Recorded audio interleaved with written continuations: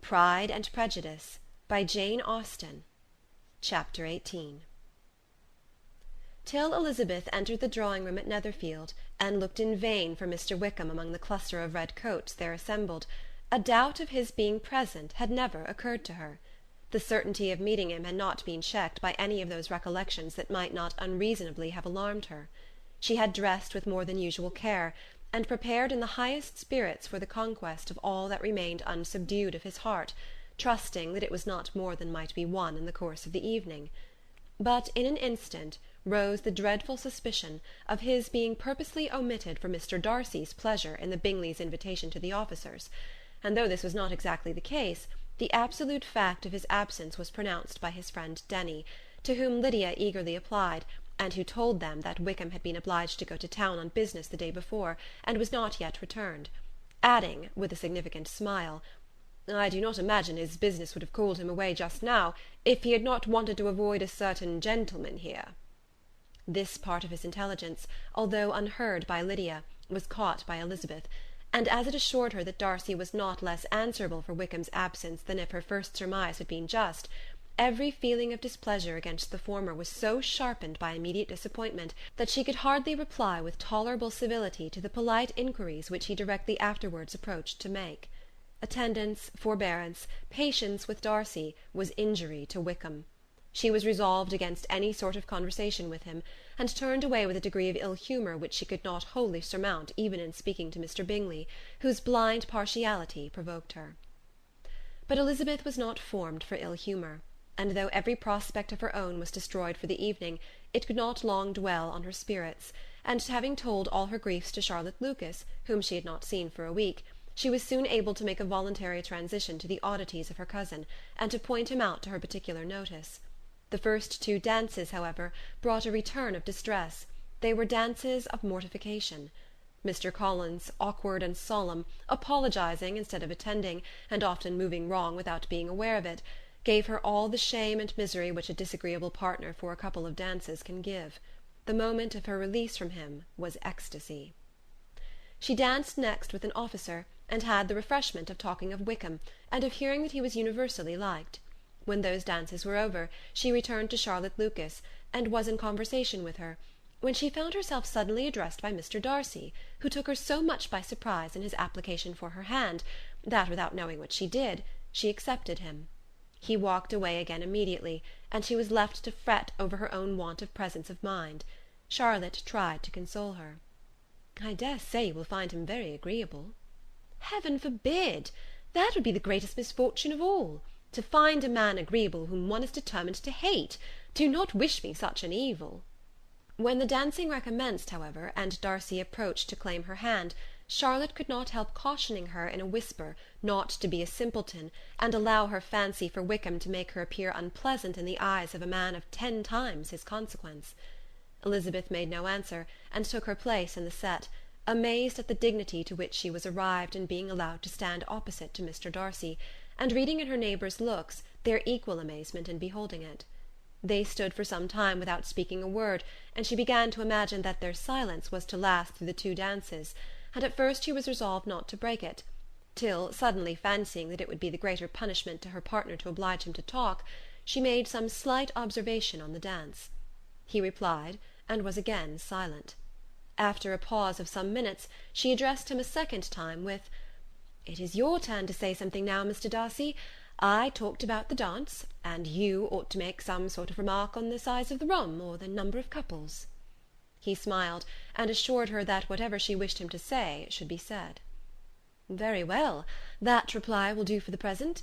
Perhaps by and by I may observe that private balls are much pleasanter than public ones.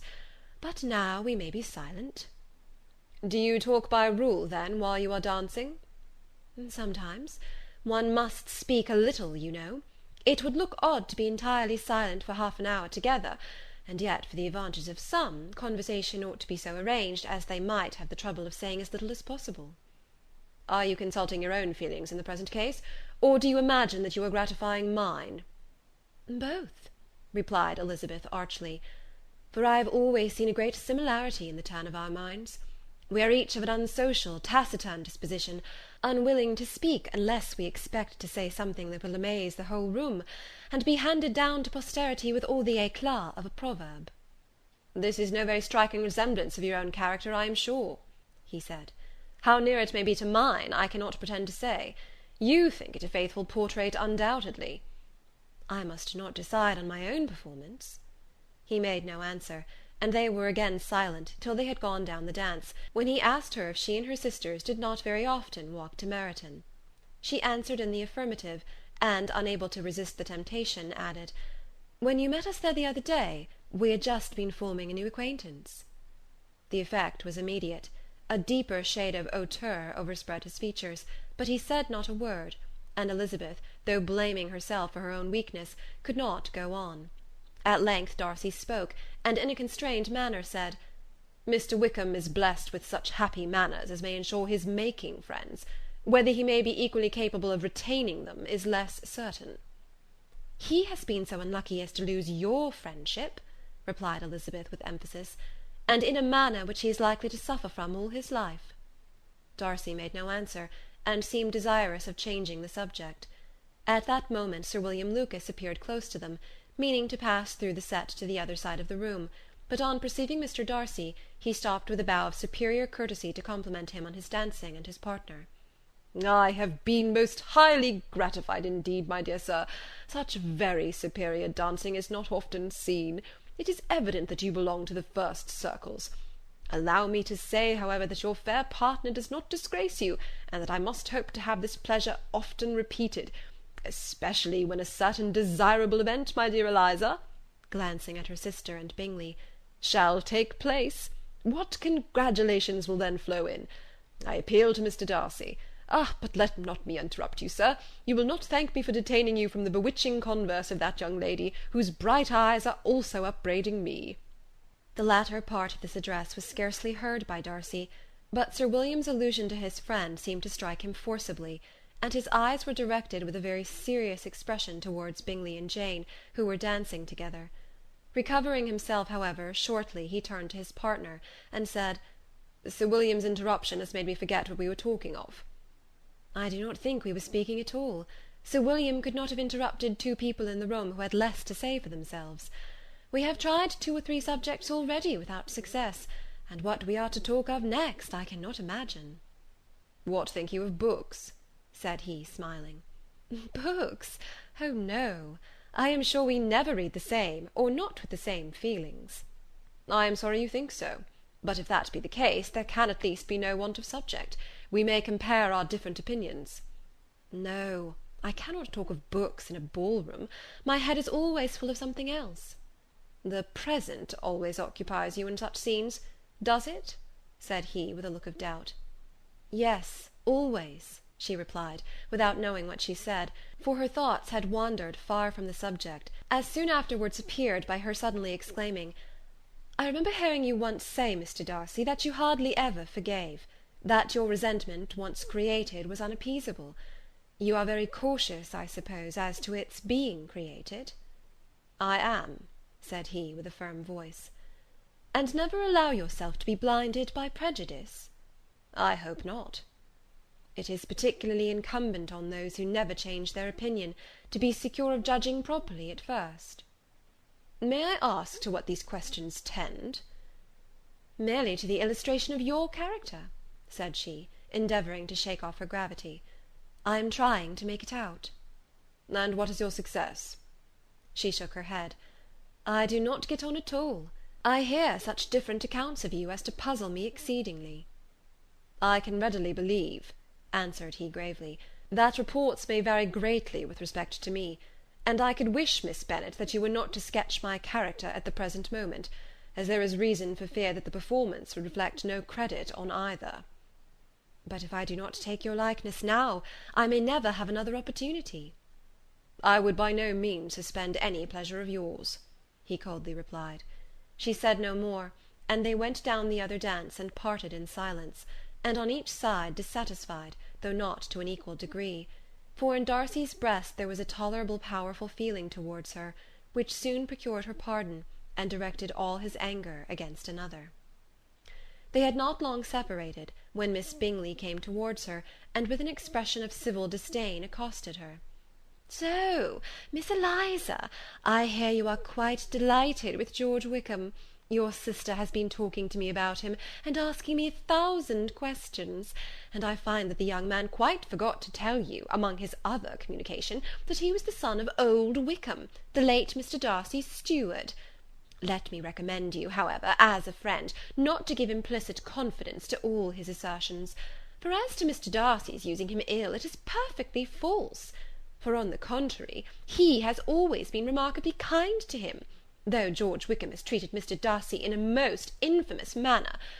I do not know the particulars, but I know very well that Mr. Darcy is not in the least to blame, that he cannot bear to hear George Wickham mentioned, and that though my brother thought that he could not well avoid including him in his invitation to the officers, he was excessively glad to find that he had taken himself out of the way. His coming into the country at all is a most insolent thing indeed, and I wonder how he could presume to do it. I pity you, Miss Eliza, for this discovery of your favourite's guilt, but really, considering his descent, one could not expect much better." "His guilt and his descent appear by your account to be the same," said Elizabeth angrily, "for I have heard you accuse him of nothing worse than being the son of Mr. Darcy's steward, and of that I can assure you he informed me himself." "I beg your pardon," replied Miss Bingley, turning away with a sneer. "Excuse my interference. It was kindly meant." "Insolent girl," said Elizabeth to herself, "you are much mistaken if you expect to influence me by such a paltry attack as this. I see nothing in it but your own wilful ignorance and the malice of Mr. Darcy." She then sought out her eldest sister, who was undertaken to make inquiries on the same subject of Bingley. Jane met her with a smile of such sweet complacency, a glow of such happy expression, as sufficiently marked how well she was satisfied with the occurrences of the evening. Elizabeth instantly read her feelings, and at that moment solicitude for Wickham, resentment against his enemies, and everything else, gave way before the hope of Jane's being in the fairest way for happiness. "I want to know," said she, with a countenance no less smiling than her sister's, "what you have learnt about Mr. Wickham. But perhaps you have been too pleasantly engaged to think of any third person, in which case you may be sure of my pardon." "No," replied Jane, "I have not forgotten him, but I have nothing unsatisfactory to tell you. Mr. Bingley does not know the whole of his history, and he is quite ignorant of the circumstances which have principally offended Mr. Darcy, but he will vouch for the good conduct, the probity, and honour of his friend, and is perfectly convinced that Mr. Wickham has deserved much less attention from Mr. Darcy than he has received. And I am sorry to say, by his account as well as his sister's, Mr. Wickham is by no means a respectable young man. I am afraid he has been very imprudent, and has deserved to lose Mr. Darcy's regard." "Mr. Bingley does not know Mr. Wickham himself?" "No, he never saw him till the other morning at Meryton." "This account, then, is what he has received from Mr. Darcy. I am satisfied.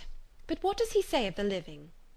"He does not exactly recollect the circumstances, though he has heard them from Mr. Darcy more than once, but believes that it was left to him conditionally only." "I have not a doubt of Mr. Bingley's sincerity," said Elizabeth warmly, "but you must excuse my not being convinced by assurances only. Mr. Bingley's defence of his friend was a very able one, I dare say, but since he is unacquainted with several parts of the story, and has learnt the rest from that friend himself, I shall venture to still think of both gentlemen as I did before." She then changed the discourse to one more gratifying to each, and on which there could be no difference of sentiment. Elizabeth listened with delight to the happy, though modest hopes which Jane entertained of Mr. Bingley's regard, and said all in her power to heighten her confidence in it. On their being joined by Mr. Bingley himself, Elizabeth withdrew to Miss Lucas, to whose inquiry after the pleasantness of her last partner she had scarcely replied, before Mr. Collins came up to them, and told her with great exultation that he had just been so fortunate as to make a most important discovery. "I have found out," said he, "by a singular accident, that there is now in the room a near relation of my patroness. I happened to overhear the gentleman himself mentioning to the young lady who does the honours of the house the names of his cousin, Miss de Bourgh, and of her mother, Lady Catherine. How wonderfully these sort of things occur! Who would have thought of my meeting with, perhaps, a nephew of Lady Catherine de Bourgh in this assembly? I am most thankful that the discovery is made in time for me to pay my respects to him, which I am now going to do, and trust he will excuse my not having done it before. My total ignorance of the connection must plead my apology." "You are not going to introduce yourself to Mr. Darcy?" "Indeed I am. I shall entreat his pardon for not having done it earlier. I believe him to be Lady Catherine's nephew. It will be in my power to assure him that her ladyship was quite well yesterday se'nnight." Elizabeth tried hard to dissuade him from such a scheme, assuring him that Mr. Darcy would consider his addressing him without introduction as an impertinent freedom, rather than a compliment to his aunt, that it was not in the least necessary there should be any notice on either side, and that if it were, it must belong to Mr. Darcy, the superior in consequence, to begin the acquaintance. Mr. Collins listened to her with the determined air of following his own inclination, and when she ceased speaking, replied thus: "My dear Miss Elizabeth, I have the highest opinion in the world, in your excellent judgment, in all matters within the scope of your understanding, but permit me to say, that there must be a wide difference between the established forms of ceremony amongst the laity, and those which regulate the clergy, for give me leave to observe that I consider the clerical office as equal in point of dignity with the highest rank in the kingdom, providing that a proper humility of behaviour is at the same time maintained. You must therefore allow me to follow the dictates of my conscience on this occasion, which leads me to perform what I look on as a point of duty. Pardon me for neglecting to profit by your advice, which, on every other subject, shall be my constant guide, though in the case before us I consider myself more fitted by education and habitual study to decide on what is right than a young lady like yourself." And with a low bow he left her to attack Mr. Darcy, whose reception of his advances she eagerly watched, and whose astonishment at being so addressed was very evident. Her cousin prefaced his speech with a solemn bow, and though she could not hear a word of it, she felt as if hearing it all, and saw in the motion of his lips the words apology, Hunsford, and Lady Catherine de Bourgh. It vexed her to see him expose himself to such a man. Mr. Darcy was eyeing him with unrestrained wonder, and when at last Mr. Collins allowed him time to speak, replied with an air of distant civility. Mr. Collins, however, was not discouraged from speaking again, and Mr. Darcy's contempt seemed abundantly increasing with the length of his second speech, and at the end of it he only made him a slight bow, and moved another way. Mr. Collins then returned to Elizabeth. "I have no reason, I assure you," said he, "to be dissatisfied with my reception. Mr. Darcy seemed much pleased with the attention. He answered me with the utmost civility, and even paid me the compliment of saying that he was so well convinced of Lady Catherine's discernment as to be certain she could never bestow a favour unworthily. It was really a very handsome thought. Upon the whole, I am much pleased with him." As Elizabeth had no longer any interest of her own to pursue, she turned her attention almost entirely on her sister and Mr. Bingley, and the train of agreeable reflections which her observations gave birth to made her perhaps almost as happy as Jane. She saw her in idea settled in that very house, in all the felicity which a marriage of true affection could bestow, and she felt capable, under such circumstances, of endeavouring even to like Bingley's two sisters. Her mother's thoughts she plainly saw were bent the same way, and she determined not to venture near her, lest she might hear too much. When they sat down to supper, therefore, she considered it a most unlucky perverseness which placed them within one of each other, and deeply was she vexed to find that her mother was talking to that one person, Lady Lucas, freely, openly, and of nothing else but her expectation that Jane would soon be married to Mr. Bingley. It was an animating subject, and Mrs. Bennet seemed incapable of fatigue, while enumerating the advantages of the match. His being such a charming young man, and so rich, and living but 3 miles from them, were the first points of self-gratulation, and then it was such a comfort to think how fond the two sisters were of Jane, and to be certain that they must desire the connection as much as she could do. It was, moreover, such a promising thing for her younger daughters, as Jane's marrying so greatly must throw them in the way of other rich men. And lastly, it was so pleasant at her time of life to be able to consign her single daughters to the care of their sister, that she might not be obliged to go into company more than she liked. It was necessary to make this circumstance a matter of pleasure, because on such occasions it is the etiquette, but no one was less likely than Mrs. Bennet to find comfort in staying home at any period of her life. She concluded with many good wishes that Lady Lucas might soon be equally fortunate, though evidently and triumphantly believing there was no chance of it. In vain did Elizabeth endeavour to check the rapidity of her mother's words, or persuade her to describe her felicity in a less audible whisper, for, to her inexpressible vexation, she could perceive that the chief of it was overheard by Mr. Darcy, who sat opposite to them. Her mother only scolded her for being nonsensical. "What is Mr. Darcy to me, pray, that I should be afraid of him? I am sure we owe him no such particular civility, as to be obliged to say nothing he may not like to hear." "For heaven's sake, madam, speak lower. What advantage can it be for you to offend Mr. Darcy? You will never recommend yourself to his friend by so doing." Nothing that she could say, however, had any influence. Her mother would talk of her views in the same intelligible tone. Elizabeth blushed and blushed again with shame and vexation. She could not help frequently glancing her eye at Mr. Darcy, though every glance convinced her of what she dreaded, for though he was not always looking at her mother, she was convinced that his attention was invariably fixed on her. The expression of his face changed gradually from indignant contempt to a composed and steady gravity. At length, however, Mrs. Bennet had no more to say, and Lady Lucas, who had been long yawning at the repetition of delights which she saw no likelihood of sharing, was left to the comforts of cold ham and chicken. Elizabeth now began to revive, but not long was the interval of tranquillity, for when supper was over, singing was talked of, and she had the mortification of seeing Mary, after very little entreaty, preparing to oblige the company. By many significant looks and silent entreaties did she endeavour to prevent such a proof of complaisance, but in vain. Mary would not understand them. Such an opportunity of exhibiting was delightful to her, and she began her song. Elizabeth's eyes were fixed on her with most painful sensations, and she watched her progress through the several stanzas with an impatience which was very ill rewarded at their close. For Mary, on receiving, amongst the thanks of the table, the hint of a hope that she might be prevailed on to favour them again, after the pause of half a minute, began another. Mary's powers were by no means fitted for such a display. Her voice was weak, and her manner affected. Elizabeth was in agonies.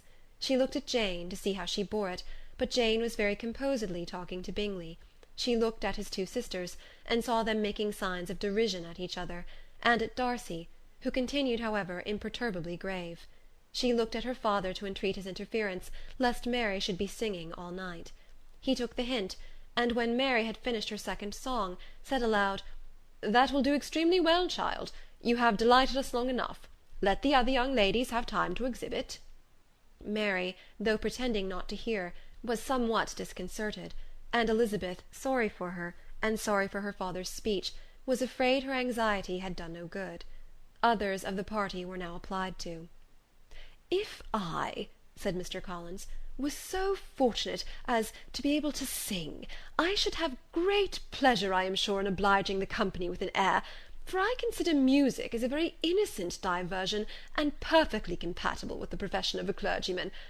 I do not mean, however, to assert that we can be justified in devoting too much of our time to music, for there are certainly other things to be attended to. The rector of a parish has much to do. In the first place, he must make such an agreement for tithes as may be beneficial to himself, and not offensive to his patron.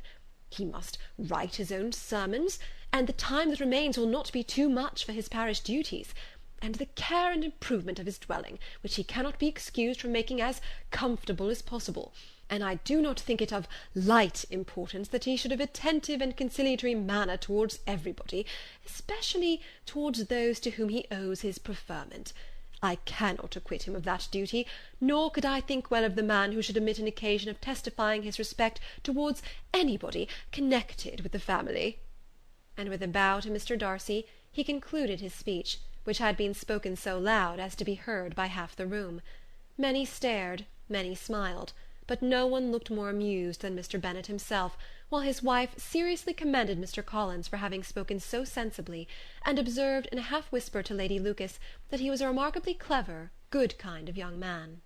To Elizabeth it appeared that, had her family made an agreement to expose themselves as much as they could during the evening, it would have been impossible for them to play their parts with more spirit or finer success, and happy did she think it for Bingley and her sister that some of the exhibition had escaped his notice, and that his feelings were not of a sort to be much distressed by the folly which he must have witnessed.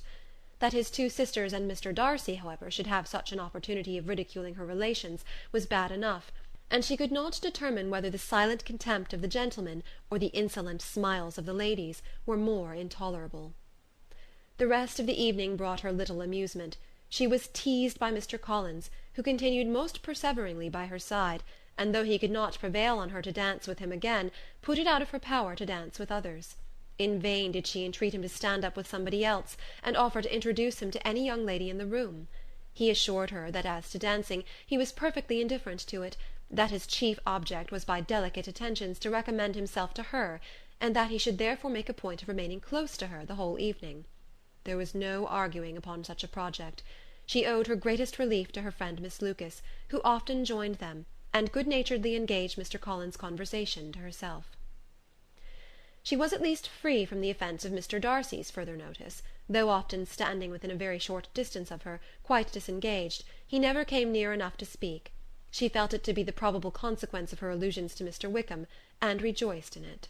The Longbourn party were the last of all the company to depart, and by a manoeuvre of Mrs. Bennet had to wait for their carriage a quarter of an hour after everybody else was gone, which gave them time to see how heartily they were wished away by some of the family. Mrs. Hurst and her sister scarcely opened their mouths, except to complain of fatigue, and were evidently impatient to have the house to themselves.